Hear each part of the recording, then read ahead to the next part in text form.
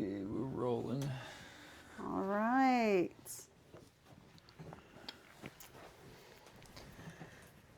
Hey, happy weekend, everyone. Sorry it took so long for this to get going. We just found out today that we have to wait another couple of days to be able to do live streams. So in the meantime, we're gonna go ahead and just do this kind of impromptu video. We're gonna paint a couple things, and hopefully you enjoy this welcome, this little introduction to the live courses that hopefully we'll be able to start doing next week. Next week is actually my birthday on Sunday. Oh, yeah. So we're going to go ahead and do a poll, and we'll go ahead and post the poll and see what day actually works best for everyone in the community. And we'll probably start doing it hopefully this next week. Not on Sunday, though. Yeah. But anyways. And before we forget, we wanted to thank every single one of you. We finally got all 50 subscriptions we needed. Thanks. And, it took longer than we couldn't have done it without expected. you guys. We just wanted to express our sincere appreciation for your patience and the time that you took to just take a peek at our little shorts and everything and prescribe. Yeah, it's been a lot of work, but at the same time it's been a lot of fun. And hopefully you guys will have some fun watching us do this, and hopefully painting along. If you have something that you're doing at home, that we might be able to give you a bit of a basic rundown on a lot of this stuff that we're doing. I'm working on some really basic things. I have these little Pokemon minis that I got at I think it was Comic-Con years ago, and I didn't like the painting that they did on them, so I kind of went over them again. These are primed, and now I'm gonna go ahead and start repainting them in colors that I like. So for Wigglytuff here, I have this speed paint salmon that I'm gonna work on, and then some red for some of the blushy parts, and blue for the eyes, and then black and white for highlighting and shadows as normal. I have this really cute picture that I found online that I'm going to be using as my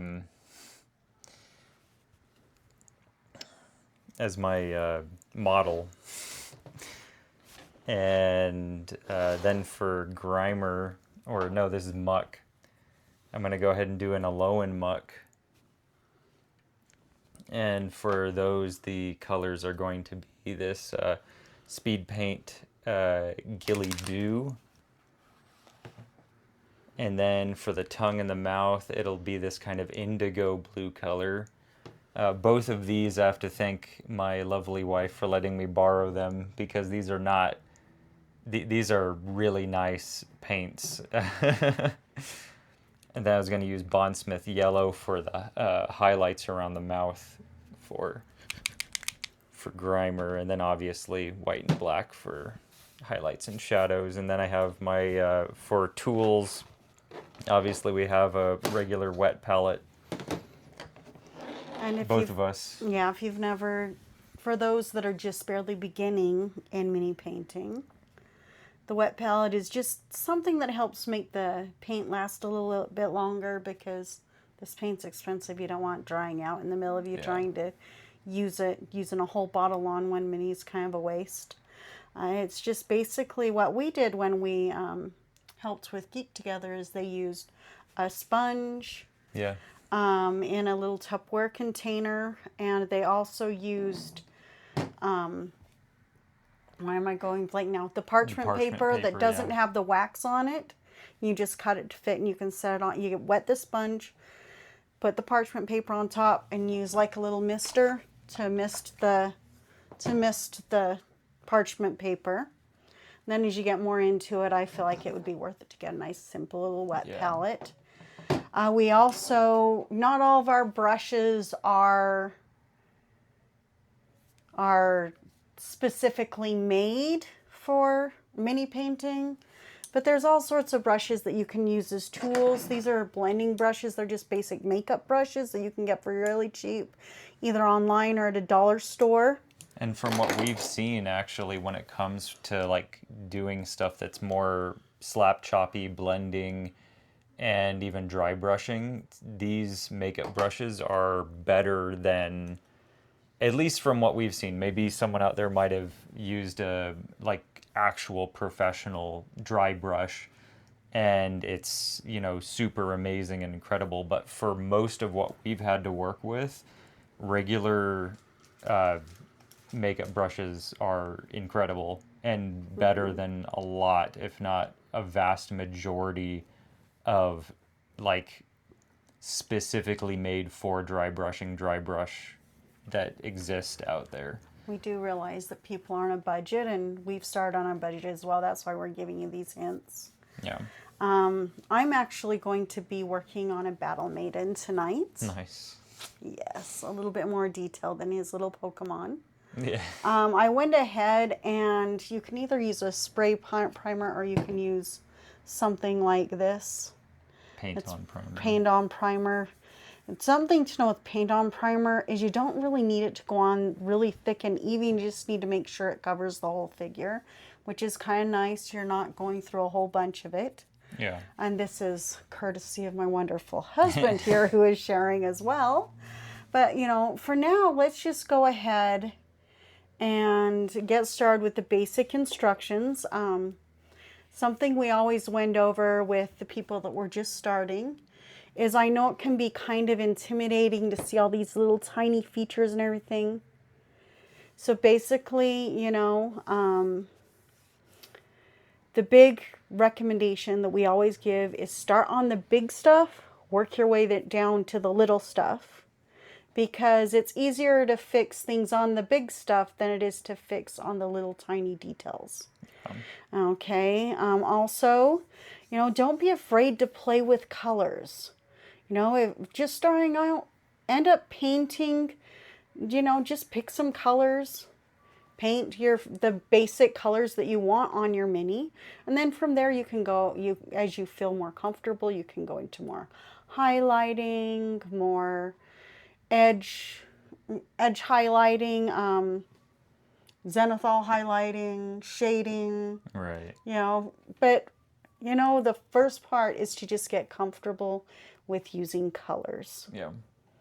And another cool thing about the three-dimensional shape for a lot of people that are just starting is that the 3D shape kind of does a lot of the work for you. Whereas if you're working on a two-dimensional canvas, you have to create the illusion of depth, where here the depth is already there.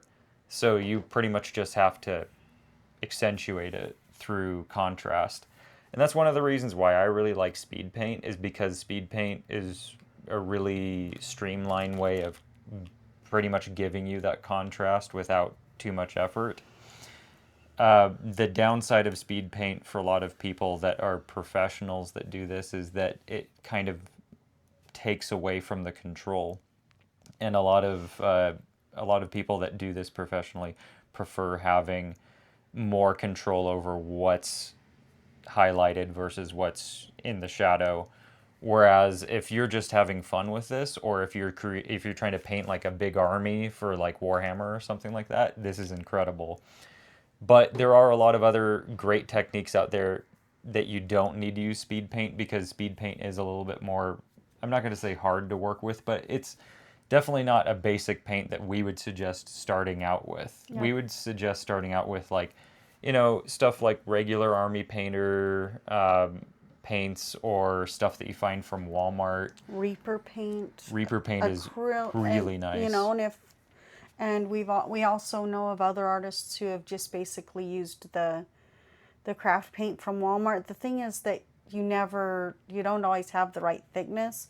So if you end up using some sort of a craft paint, you're really going to water it down a bit to make it more like the consistency of milk or half and half. Yeah, that's a good way So of that putting it. so that it's not going on too thick, because if it goes on too thick, it's going to fill in all those details and all of those creases, and then you won't have those to work with as much. It won't give you, it'll make it a little bit harder to give the depth of the character as you're doing it. Right. No, that's a good thing to mention. Besides from that, what you were talking about before, you mentioned how like bigger spaces are easier to fix than smaller spaces. I have a couple of different brushes here that are like my go-to brushes.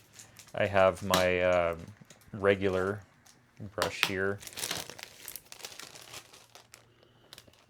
and this might seem like a brush that's a bit too big for doing miniature painting, but trust me, this is perfect for a vast majority of miniatures. This is kind of what you're looking for, because you want something with a small tip, but it isn't so small that the paint is going to dry really, really quickly. So the tip is small, but the rest of the bristles are actually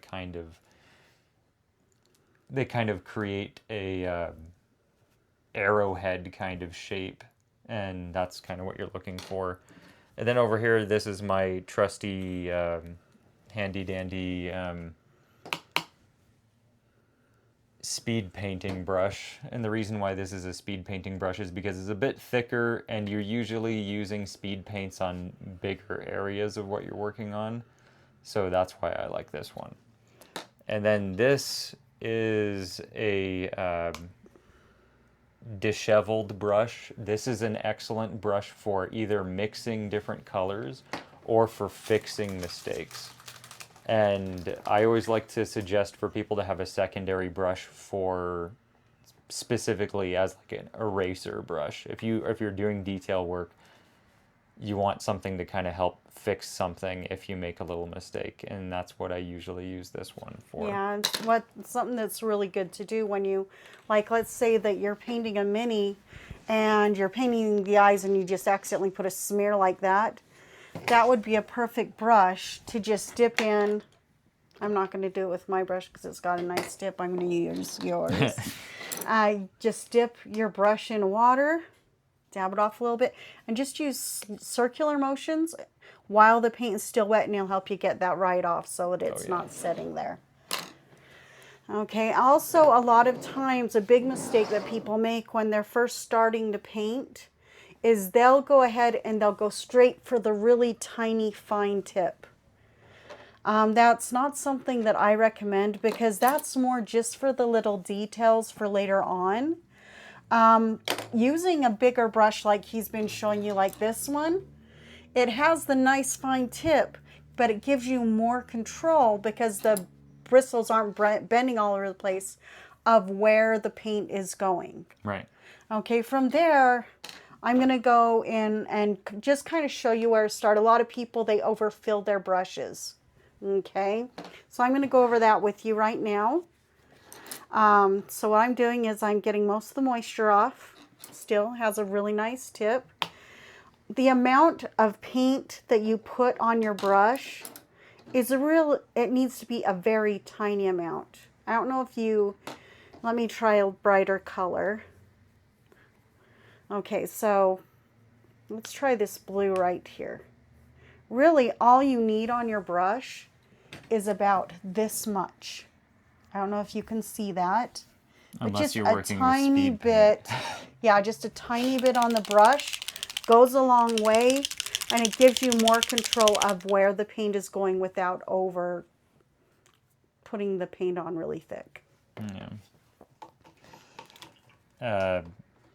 The last two things that I usually use a lot is some kind of dry brush. Even if I don't end up using it, I still like it because I do use dry brushing techniques quite a lot personally. Not everyone's going to, but this is my really small dry brush, which is really great for object source lighting and whatnot. It is literally a tiny makeup brush. That's it. Like, nothing fancy, but it is perfect. Actually, our daughter gave this to me. Yeah, and I've been using it ever since. She doesn't use it for her makeup, so she decided to donate it to the cause. Yeah, and I usually have a pen, and this is a white gel pen, and it's a very fine point white gel pen, and I use this for highlighting, particularly with eyes. I know a lot of people are really scared when it comes to working with eyes and stuff like this, particularly pens in general are really good for helping people get over that fear.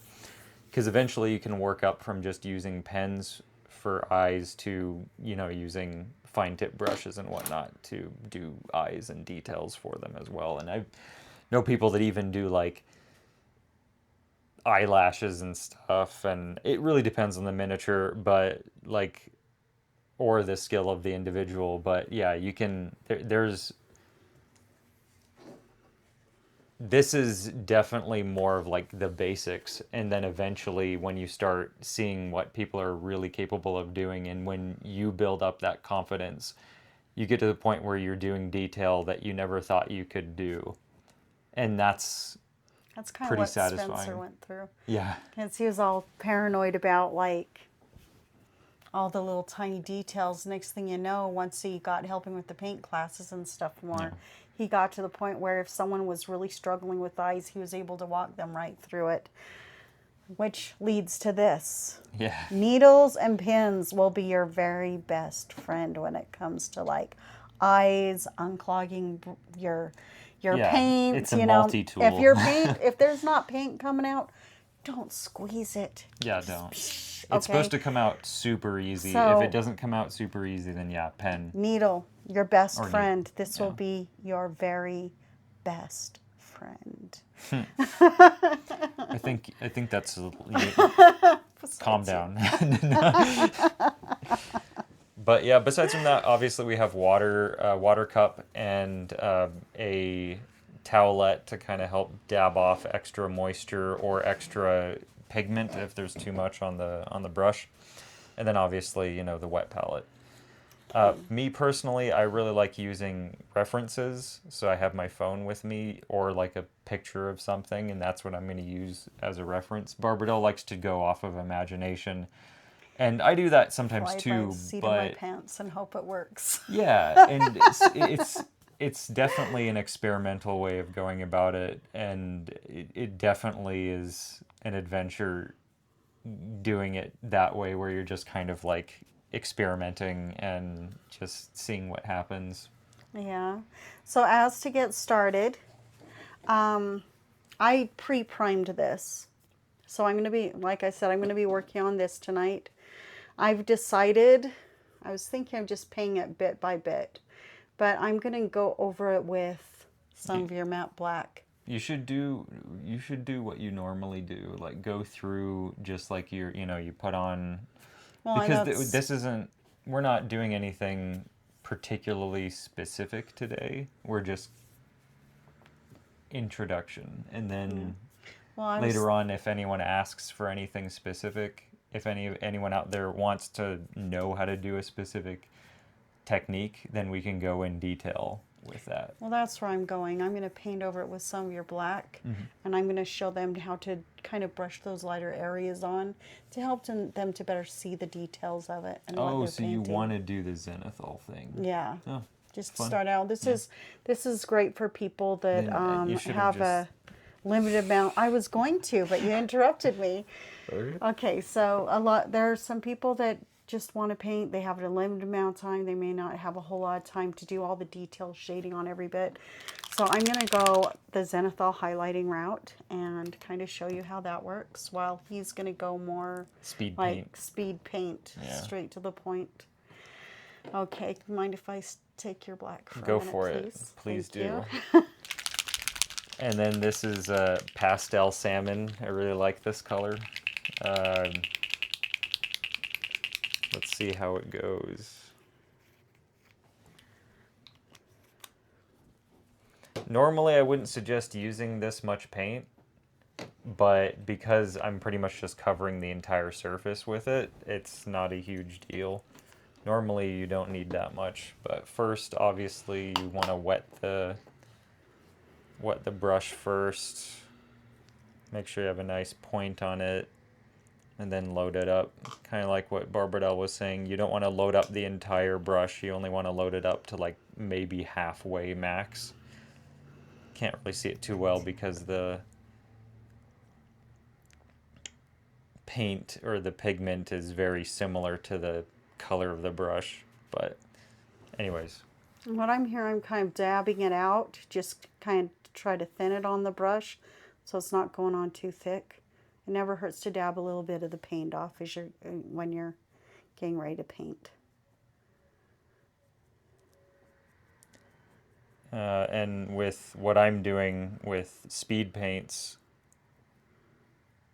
I'm not very shy with this speed paint. I want to be very liberal with it.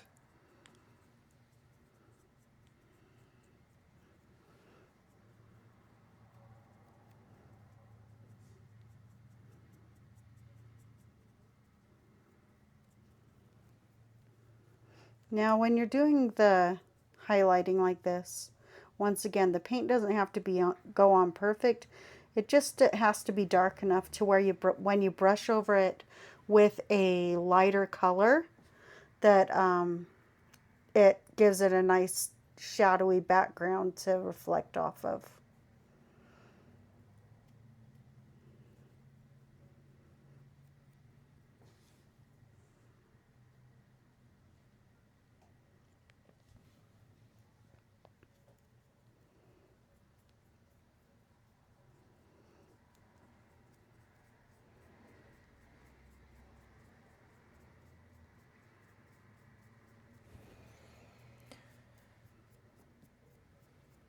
I'm gonna go ahead,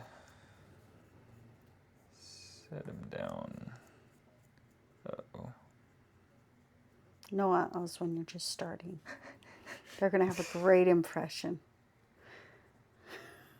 Don't worry, he's got this. This, I'm gonna blame it on the miniature. This miniature doesn't have the best. I mean, it doesn't have a base, so what do I expect, right?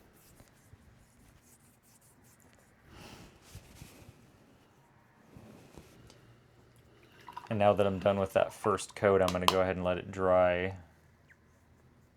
And while that's drying, I'm going to go ahead and work on my Alolan Grimer.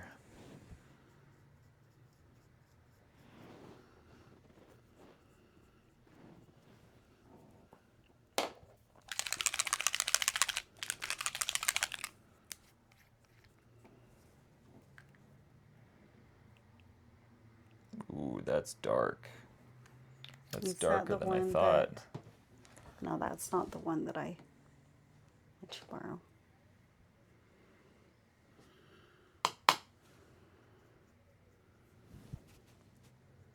Let's see how this turns out.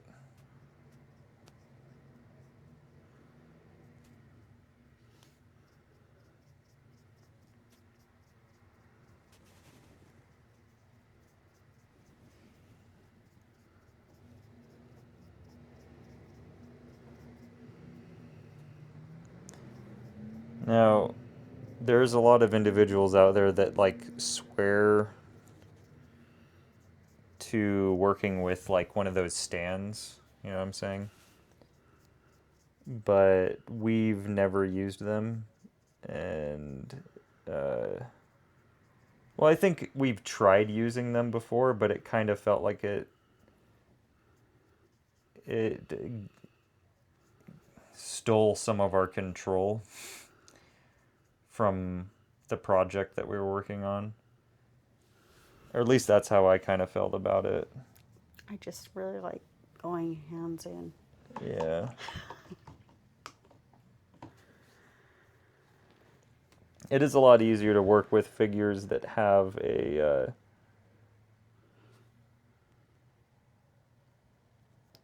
If they don't have a stand, it's really nice because then you can get in between the details, like between the legs and stuff, and then glue the stand on afterwards.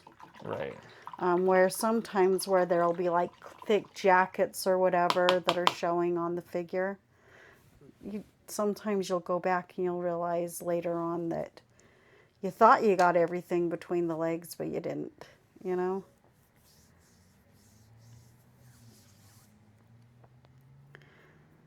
And you have to go back, touch it up,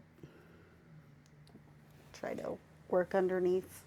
Right. So, if you can get, it's awesome to have really cool, pretty stands, but it doesn't hurt to just, when you're starting out, to do it with, get some and then put the stand on afterwards.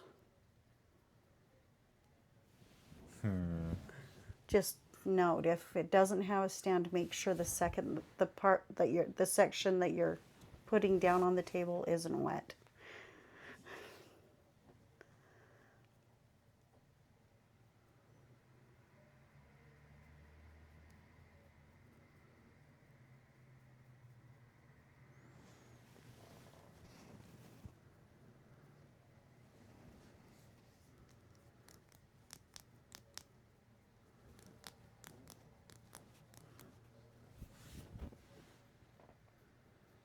I'm almost done here with painting over my Battle Maiden.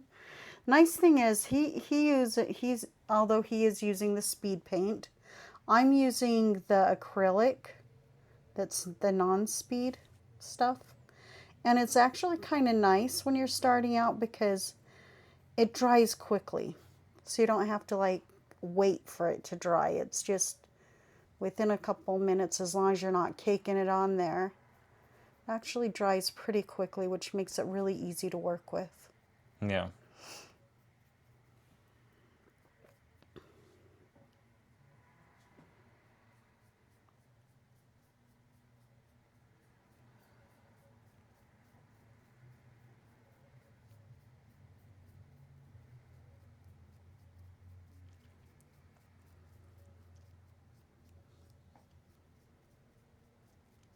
All right. Looks like she's just about ready. Just a little bit more on the arm. I think my... Not quite. Wigglytuff needs a little bit more time to dry. If you still see a sheen on the character, then that means that they're still drying. Unless, of course, you add like an ard coat, but we're not getting into that. Not today. Well, while it's drying, you could kind of just explain what an ard coat is, even though you're not using it today. Yeah, that's true. So an ard coat is a clear coat that adds a lustrous shine to something. So let's say if you want to make something look like it's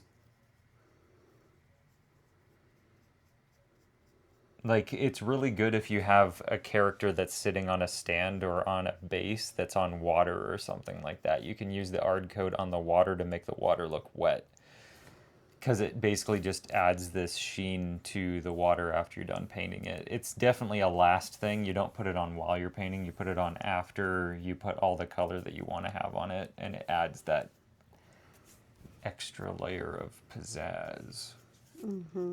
Some people like putting it on eyes too. Ard coat is really nice for like big eyes, like for creatures. It would be interesting to use it for like the Pokemon characters that I'm making, but I prefer to just use regular highlighting for what I'm working on. Otherwise, that would be interesting. Yeah. It is really nice.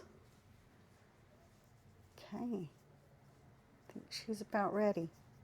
Nice. Just going to let her sit here for a second, kind of look her over, make sure I didn't miss anything.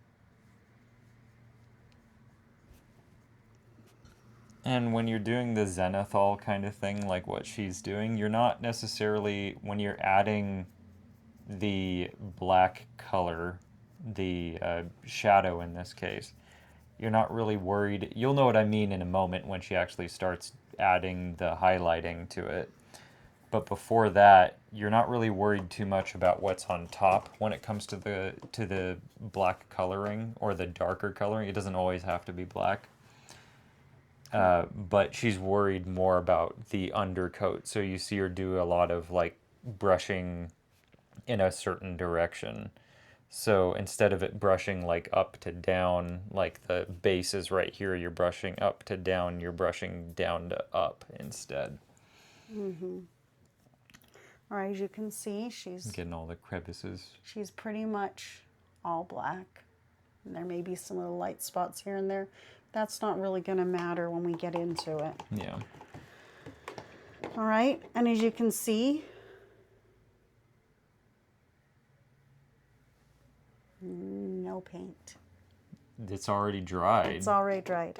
Wow. Which is so really you weren't nice. using very much. No, I just Not used, at all. just like I said, just a little tiny bit on the tip does it. Okay. That's the downside of speed paint, is that you usually have to use a lot. And I like to, when I get the moisture and rinse the brush off, just reshape the tip so it dries nice and neat. Yeah. Okay. All right, let's get my lighter color. I think I'm going to go with a Syrian sand. Syrian sand. Yeah. Interesting. Make And for sure it me- should come up really good. Yeah. You don't want to accidentally just get pigment or just get the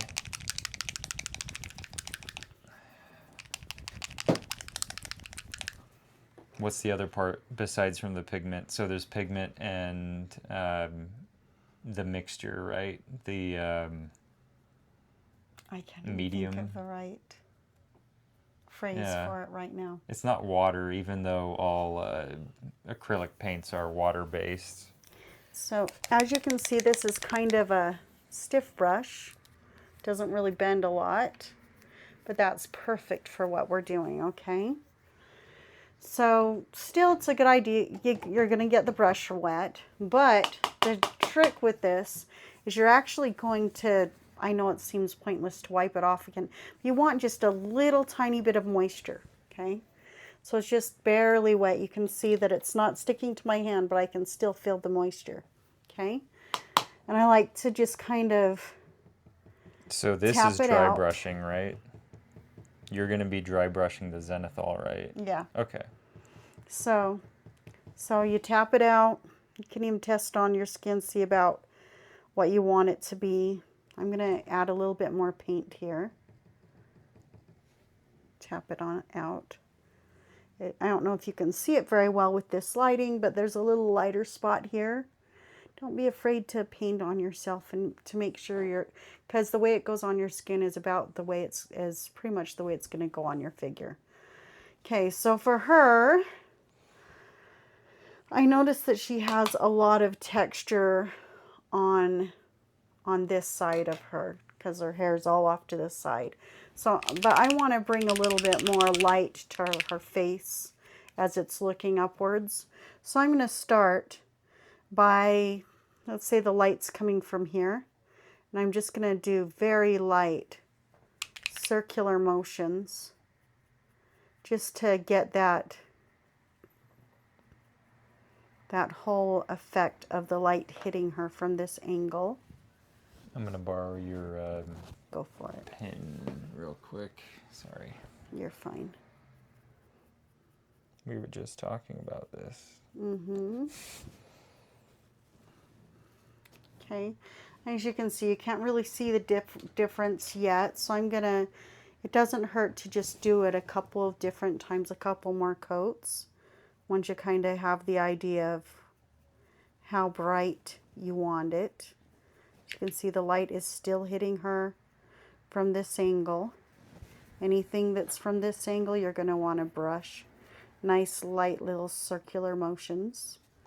As you can see, with this lighting, it's a little bit hard to see, but you can see that the shadow's on one side of her face where her hair is, and the light is on the other.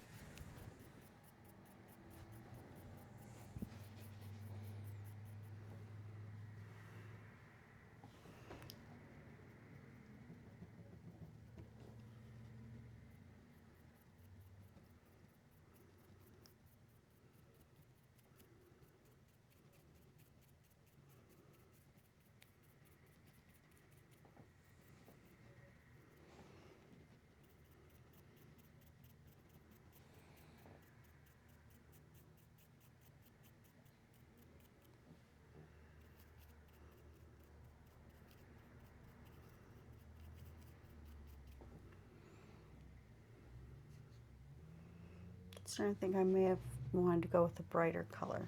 Can I still sum your white? Yes, go for it. Okay. And this is a technique that I use and I teach people a lot when it comes to doing miniature painting.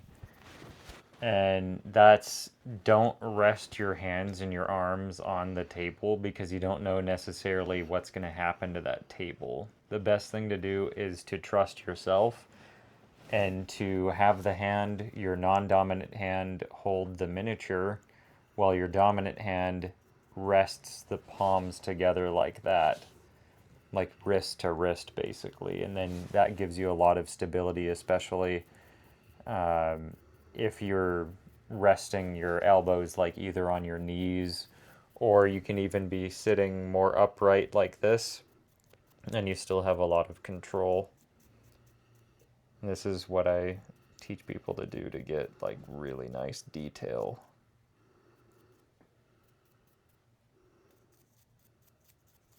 You don't really have to worry about it too much if you're not working on detail, but when you're in the process of working on detail, Yeah, it can help. there were several times where we'd be painting and working on those little details and someone would come up and bump the table. Yep.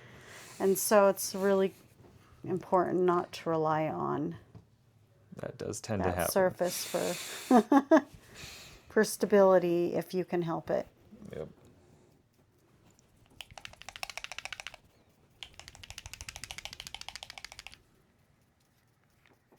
Okay, now we're seeing it a little bit more.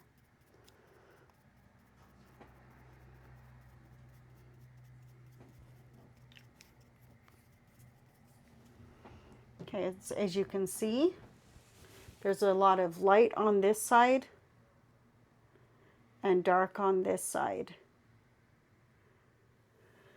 So it gives you that sense of light. You can also see a little bit more of the details on the face, where the eyes are and stuff, which will give you a better aim when you're actually getting to the point where you're painting the face. Yeah. Now, normally with zenithal highlighting, I'm just doing the brushy portion of it on just doing the blending and the dry brush stuff.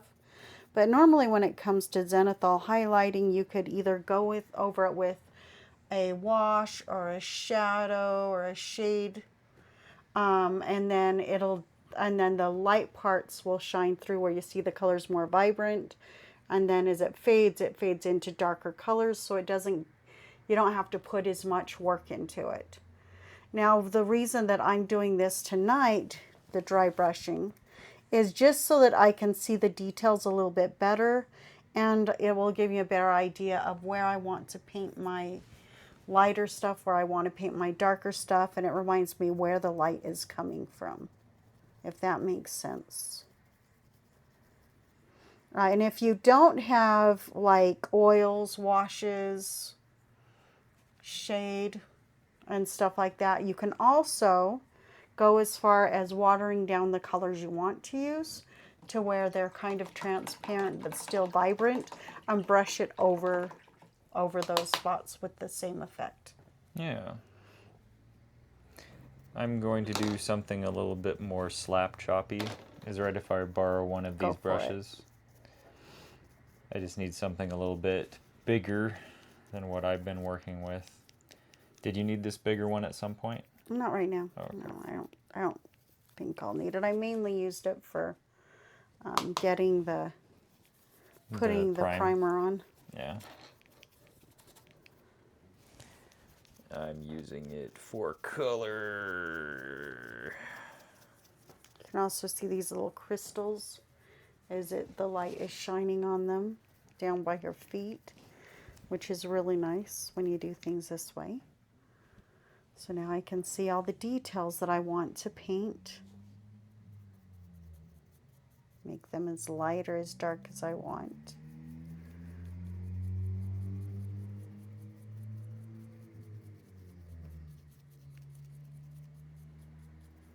And I don't think I'll get this all done tonight, so I'll probably work on it a little bit more next week if I don't. And that way you guys will at least have an idea of what I'm already working on, and you'll be able to see step by step how I'm going through all this.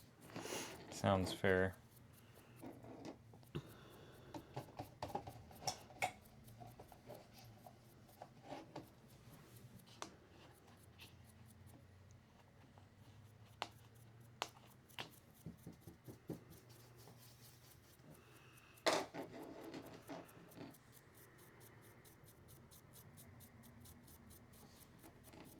Good thing about slap chop and like dry brushing is that it dries really quickly. It does. It's really nice. Okay, so I'm going to work on the hair.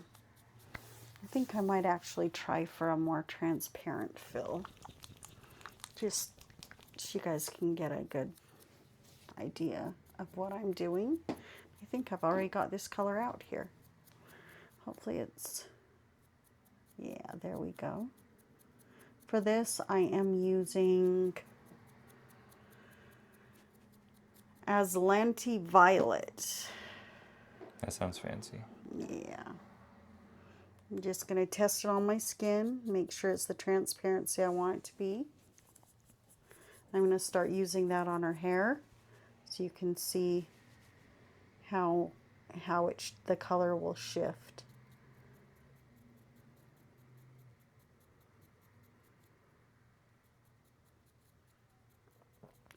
As you can see, it's doing all of the shading for me.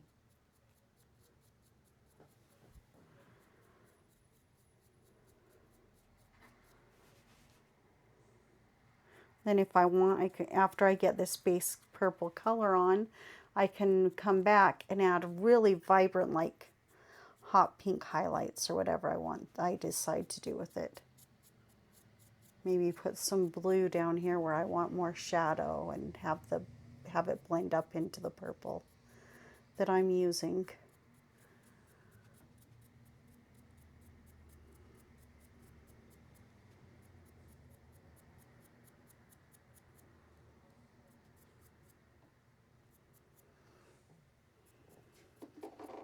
And there's her hair. I don't know if you can see the colors very well, but it's kind of fun.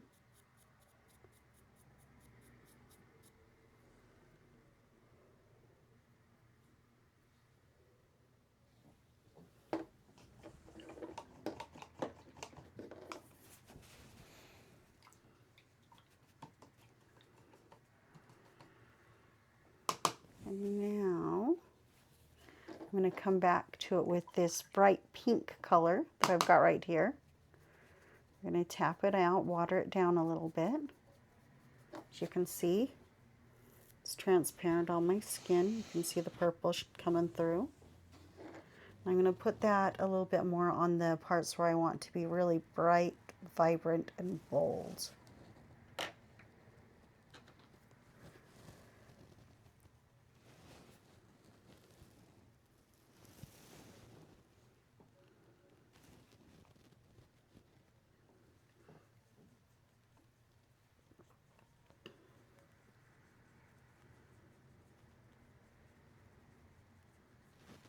And as you can see, is with these tiny details, I'm still using a bigger brush with a good tip.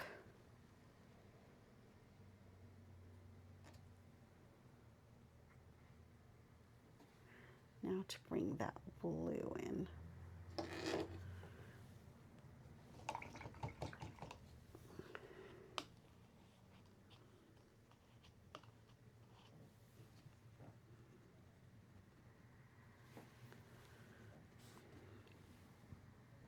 I'm using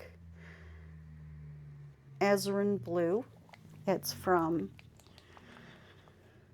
I just went blank on the type of paint I'm using. Reaper? Yeah, the Reaper paint.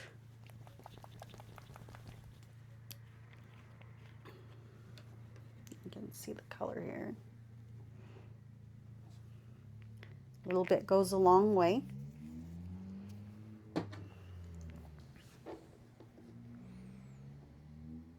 Tapping it out.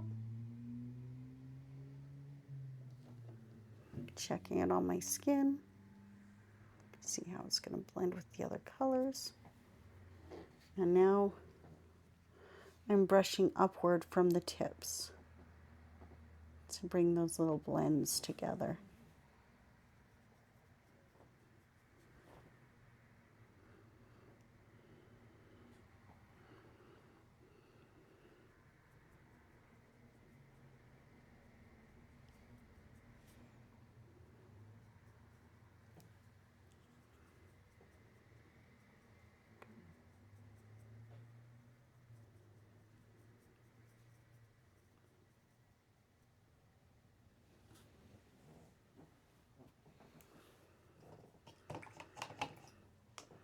I'm going to go back and blend a little bit more of the purple in the middle, a little bit thicker. Kind of get that purple to blend into the bright pink and fade out of the blue a little bit more.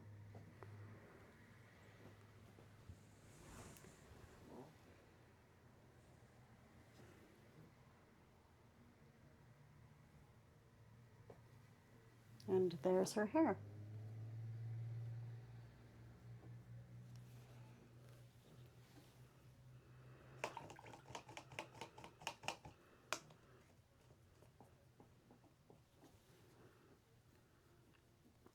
When it comes to skin, a lot of people go straight for peach or tan or something like that. I like to start with really pale colors like bone white or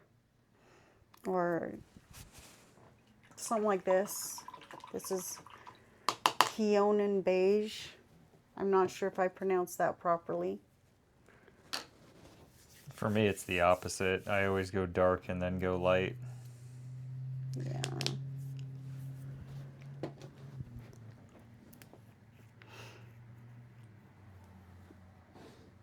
So we both kind of have our own styles, which is what makes this kind of fun, because it can give you some different ideas and varieties of which way you can take the way you like to do it. Yes.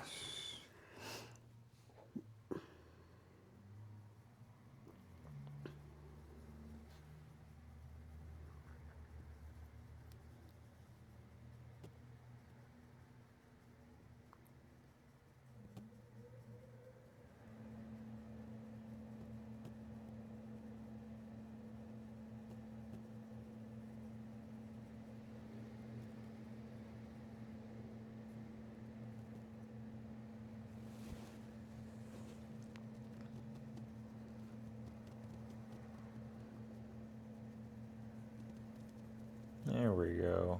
Now it's starting to become a little bit more of a brownish, shadowy color. That's what I was looking for.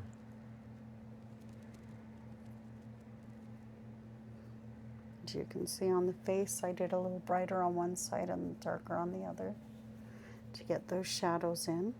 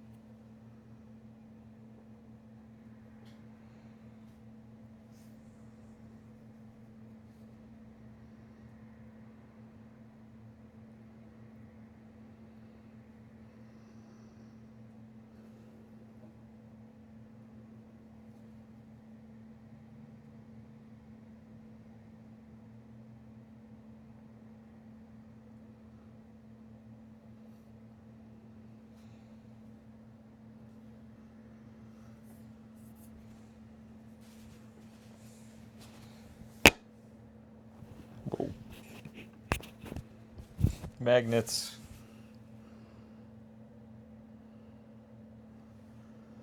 Okay, and another trick with when you're painting faces, it's really nice when you have faces that have a little bit more detail. Because if you can see here, if I wanted to, I wouldn't even have to color in the eye because I just painted around it. Yeah, and that definitely is a nice little speed painting trick. And now that I've got the basic face color, when it comes to wanting the character to look more human, like they have blood in their veins, it's always important to add a little bit of a pink or a red because it gives us a sense of living, of life. The coloration of it does. Yeah. So I'm going to go ahead and, as you can see here, she's got some nice strong cheekbones, lips, maybe a little bit of shading around, but by the bridge of the nose, I'm going to kind of go in there and kind of fill in some of those areas with a really light pinkish color, just to give that liveliness. Liveliness. Yes, the liveliness.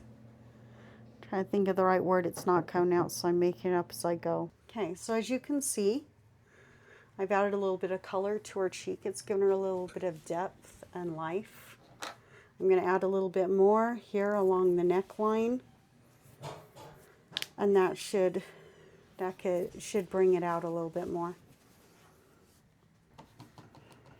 Okay, and a little bit more flesh color to blend it.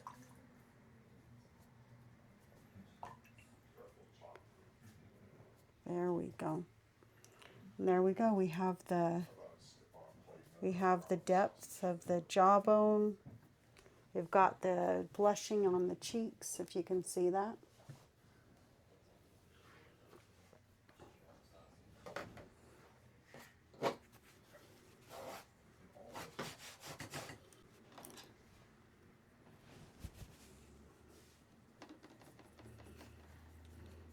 As he said, don't rest your hands on the table. Oh, you never know what's going to happen. That was my bad. It's okay. I should have been following that exact same advice.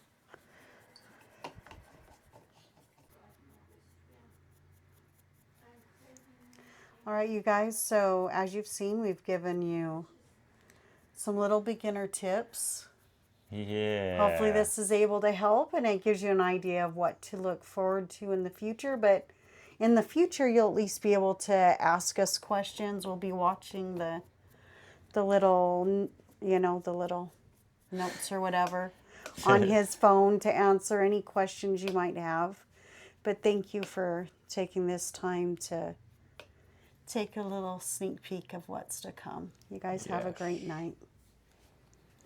Bye-bye.